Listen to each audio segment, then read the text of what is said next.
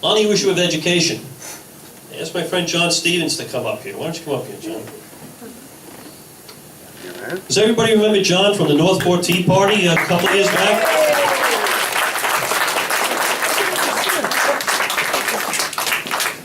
You know, we had a meeting a couple of weeks ago. We're just sort of sitting there talking about issues, talking about things, and this whole issue of education comes up, and we know how important that is. As you can see, even with the sustainable stuff, they're trying to control the education system. We have to get our children, obviously, used to being told what to do.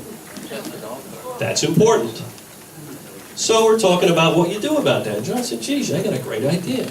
How about a conservative charter school?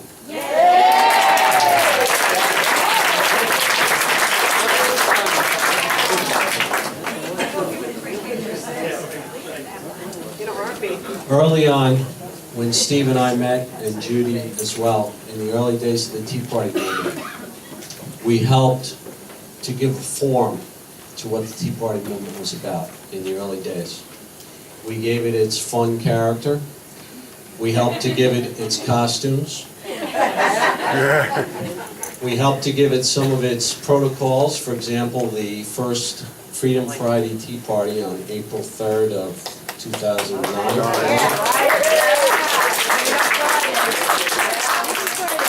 We set the rule where we said no public officials are allowed to touch the microphone.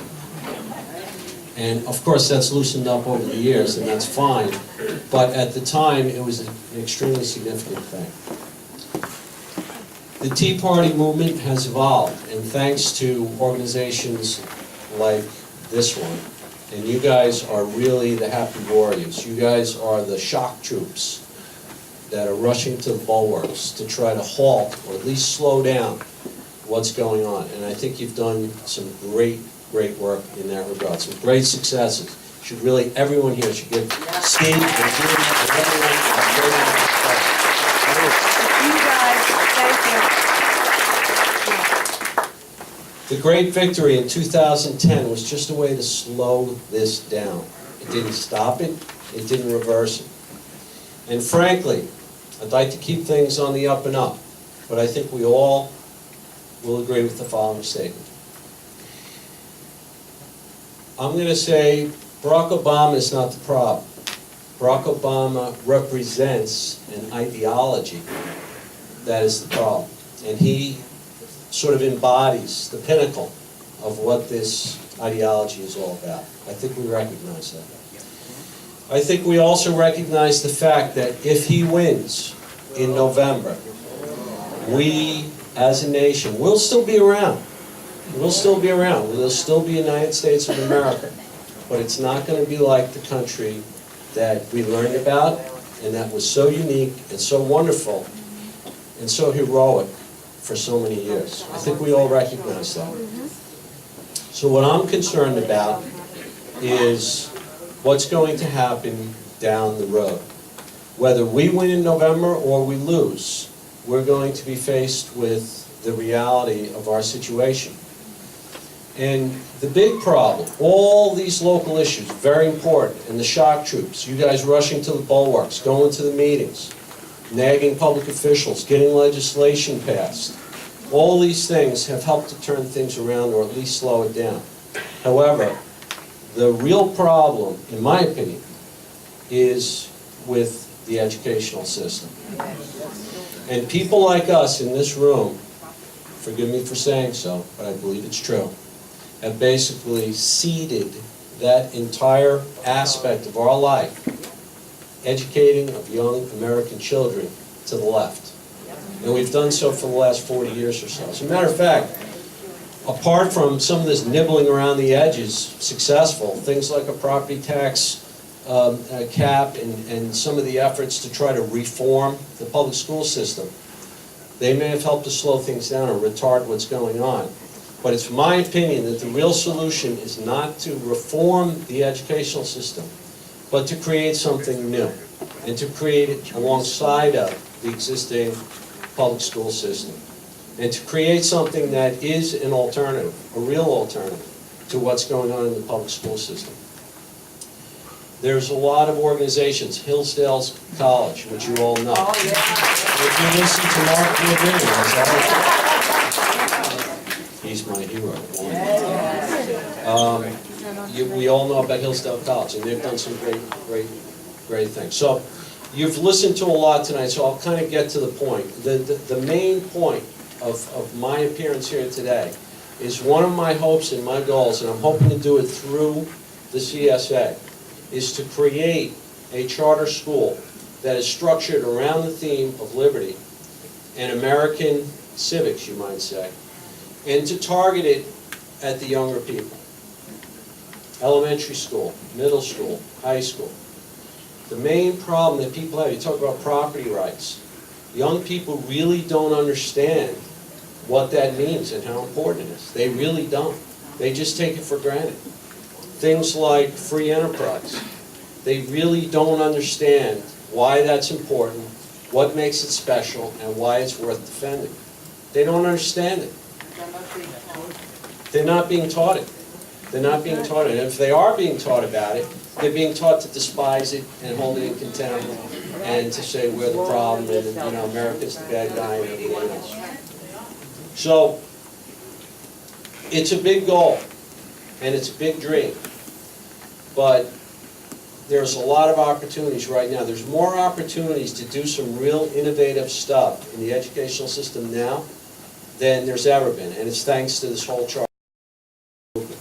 Which, by the way, at least publicly, Barack Obama actually supports, supposedly. Yeah, We can debate that, but... only if it's run by at least eight. publicly. So, the good thing about charter schools is they don't have to be based geographically. You can do them online. Exactly. You can get public funding to do it. And you can structure them around the theme. How about a course for young people in how do you find out what you're good at? How do you find out what you're good at? Not you got to do this to pass this test, you got a fourth grade, exam that we all have to study for, and your Regents in history and all this stuff. My daughters told me stories about teachers in her school. When kids would go to the teacher and say, why are we learning this? The teacher would punish them. How dare you ask me that question? I used to teach. I taught at the high school level, I taught at the college level. I told my daughter, I said, that teacher should answer that question every day he or she walks into the classroom. Why am I teaching that? There should be a reason, not because, it's some dictate from some bureaucracy, and that's why we're teaching it, so you can pass this test that no one cares about. I'm just going to read you this one little thing that I found online that I think says it very well. Public schools operate more like prisons than centers of learning. For 6 classes a day, 5 days a week, 9 months a year, 12 years of their lives, students must go through a dehumanizing, this is America, by the way, mind-numbing routine of being bussed like cattle to warehouse-like buildings where thousands of kids sit in cell block-style confinement and get trained to reflexively obey orders.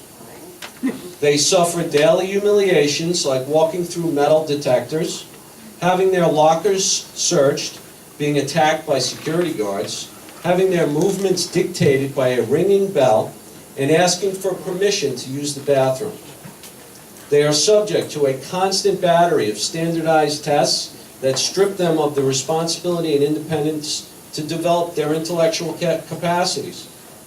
Public schools are rife with physical and sexual abuse, not to mention the horror stories involving seclusion and cage fights. Schools pressure parents into putting their kids on addictive behavioral drugs. The meat served in school cafeterias is less safe than the meat that is served at fast food restaurants. While schools fail to protect students from gangs and shooting rampages, they insist on enforcing ridiculous zero-tolerance policies. Children are socialized by living through 12 years of cliques, cruelty, bullying, gossiping, and other forms of childish, petty, and immature behavior. It goes on to say how teachers hate the public schools as much as the students, but we'll leave that for now. So, I'm here to try to initiate something through the CSA. I'm hoping that we can create some sort of, I hate to call it committee, because that's like a deadly word, but some sort of group of individuals who share a passion for this. I don't have all the answers. I've done some research on charter schools as to how this thing can be formed and how it can be done, but it is doable. However, you want to talk about a target, have Steve and a lot of other people in this room have been targets because of political action, wait until you wade into the educational arena. They're like tigers. Wait. On the other hand, I think there's a real possibility that everyone here has seen Star Wars, okay? You know the rebel forces, and you know how they're a small little clique, and they're living within this universe that's dominated by the dark forces, and it's going on for thousands of years. Honestly, what I see past November, if we lose, is going to be something like that, where there'll still be pockets of people like us, thank God, but it's going to get smaller, we're going to get more guarded, and we're going to have to preserve those things that we believe in and hold them more tightly and teach our children more rigorously and almost secretly in order to survive through some very dark times. I'm hoping it doesn't come to that. But whether it does or not, I feel like we have to step up to the plate as far as educating our kids. And this is one way to do it. So I'm just throwing it out there. It's an idea. Yes, sir. Hey, John, has connected mathematics reached the Long Island school system yet? No, 2 + 2 = 5. Oh, is that what they call it? Connected mathematics? Yeah. That's what they call it. Right. Right. We want to pilot flying airplanes doing that kind of math. Yes, sir. Yeah, connected airlines. Yeah, whatever we do with it, just be careful that we don't get locked into public funds, because then there's always strings attached. Absolutely. Absolutely. Charter schools have a lot more flexibility than regular public schools do, related to unions and funding and physical facilities and everything else. So it's an opportunity. So we'll create our own school. Okay. Okay. These are our first 2 students right there. But in any case, it's an idea. Yes, sir. What about vouchers or credits? We're bypassing, government school education right now with our kids, but it's expensive. We pay taxes, our taxes on the schools, we still pay tuition. Or, out of. Well, the way charter schools work is that you're supposed to get an equivalent of financing, public financing, according to how many students that you have. So technically, you wouldn't be paying twice as you would with a private school. You would actually be getting your educational tax dollars back that would go on behalf of the students in the school. There's a lot to charter schools, and I don't know it all, so that's part of, I think, what a committee can do. Yes, ma'am. My daughter goes to St. Anthony's here in Huntington. We just got a link the other day from the principal of the school inquiring if anybody lives in the Bayport. Blue Point. Bayport, Blue Point, thank you, sorry, I'm familiar. Bayport, Blue Point district. Those children are being denied access to the buses going in if they're beyond the 15-mile mark, which is nonsense. If they're 16 or 17 miles, their parents can't pay for their education and get their busing for free. The least they could do is get their busing and their textbooks. That's all they ask. You're taking a kid out of the school and saves the schools upwards of $15,000, $18,000 a year. So there's a petition, if anybody's interested, give me a holler or email me, if you have my email, and I'll send it off to you, I'd be happy to do that. It's a state tax. It is, but they can override it. They can override her. It's a referendum, it has to go to referendum, they can't just do it. They have something in It the has to be a works. public referendum to do that. Angela, you know something about it, right? Well, we've always had that problem. Well, not always. In the beginning, it was all of the things, like, don't forget, St. Anthony's was not a competent location town. When I first started, it was local, Comac, Town, Huntington, Kings Honestly, this conversation, why don't you guys get together afterwards? And then, because it's sort of a side, it's an important thing, but it's kind of a side thing to this.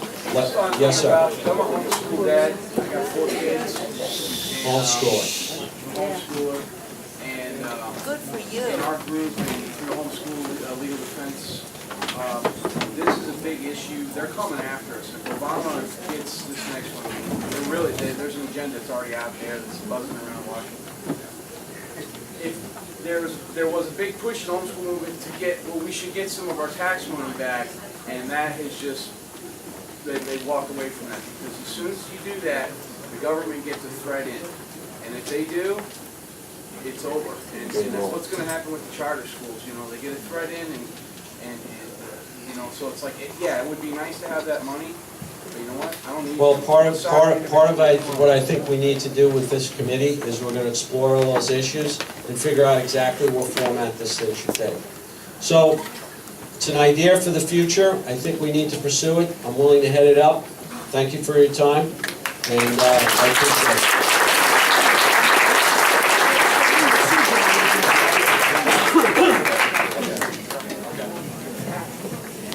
I don't know, it sounds like a good idea to me.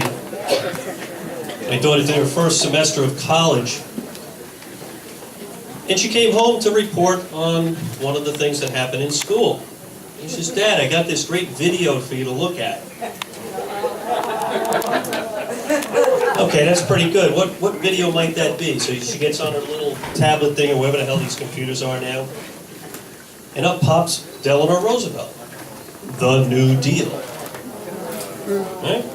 The beginning of social justice. Oh, doesn't it sound great? What great ideals. Oh, if this could only work. Oh, if it's only that. Oh, it's okay. Listen to that very carefully, because I have something for you to read when you're done. And it happens to be on the front page of our website. It's called The Entrepreneur's Credo. Read it. It's from Thomas Paine.